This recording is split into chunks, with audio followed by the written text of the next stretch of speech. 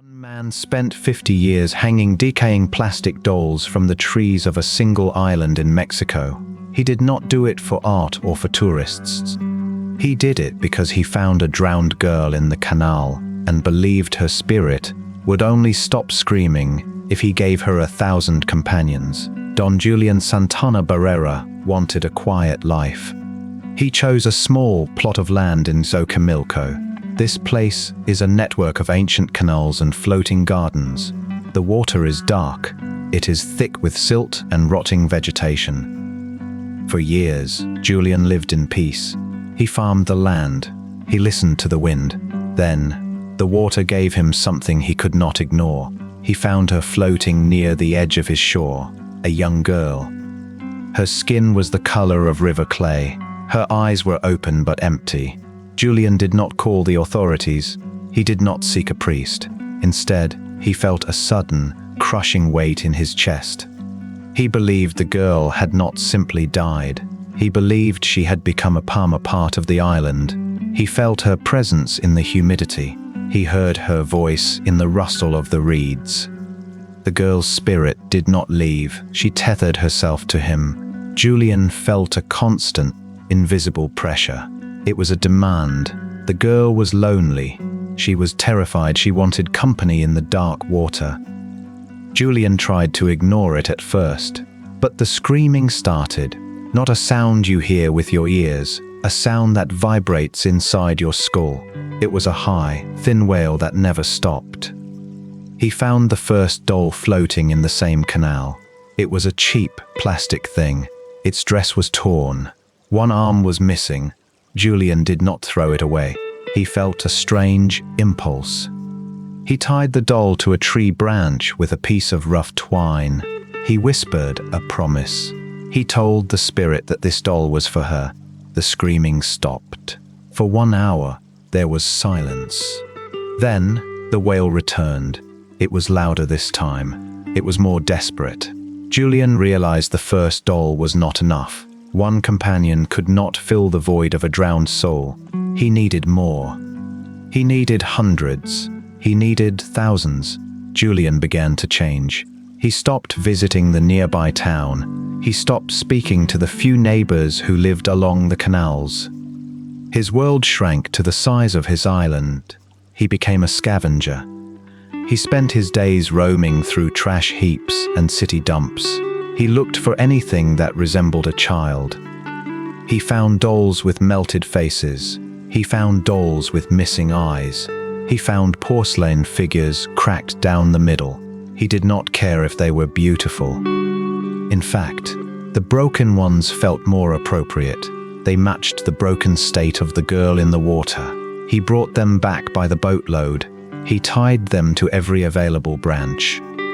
He hung them from the eaves of his small shack. The island began to transform. It became a forest of plastic. The dolls hung in clusters. They swayed in the wind. Their limbs clicked together.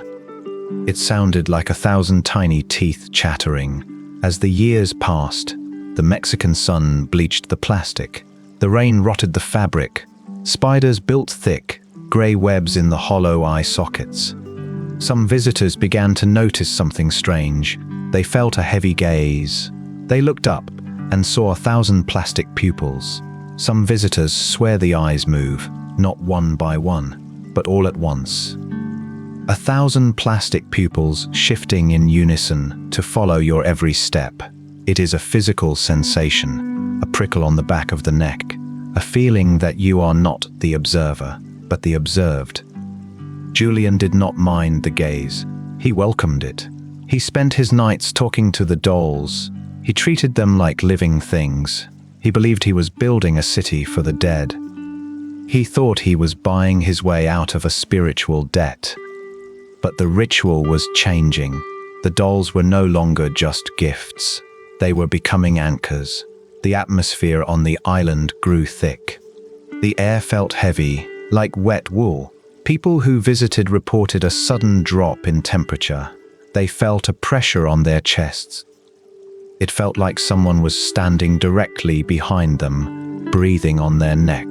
But when they turned around, There was only a decaying doll hanging from a willow tree. Explorers have brought recording devices to the island. They wanted to capture the wind. Instead, they found voices, not human voices. High, thin whispers that do not match any bird or animal in the Xochimilco canals. These sounds are not random. They sound like conversations. They sound like children arguing in a language that has been forgotten. Julian began to realize a terrifying truth. He had not appeased the spirit. He had created a beacon. By filling his island with vessels, he had invited other entities. The girl was no longer alone. She had brought friends. The island was no longer a sanctuary. It was a gathering place for everything that had drowned in the dark water of the canals. In his final days, Julian stopped smiling. He stopped talking to the dolls. He spent hours staring at the water. He looked exhausted. His skin was sallow.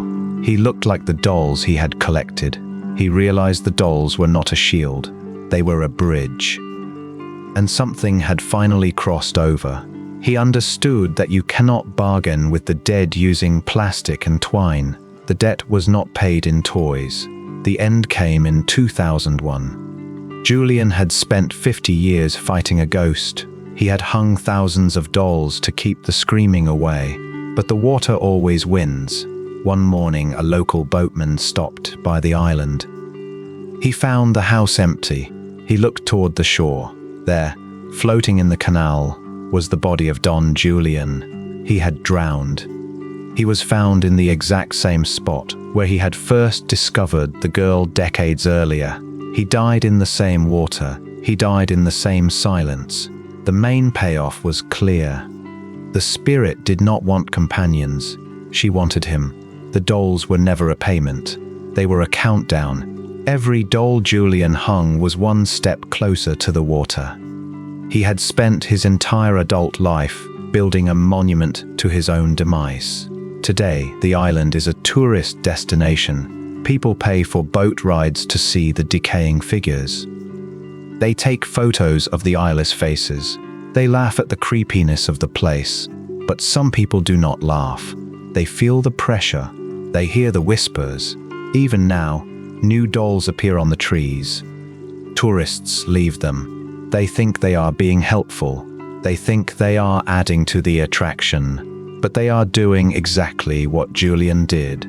They are feeding the hunger of the island. They are adding more vessels for the things that live in the silt. The dolls are still there.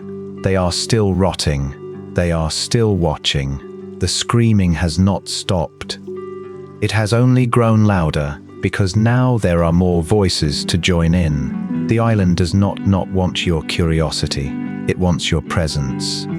Next time you find a discarded toy in an unlikely place, think twice before bringing it into your home.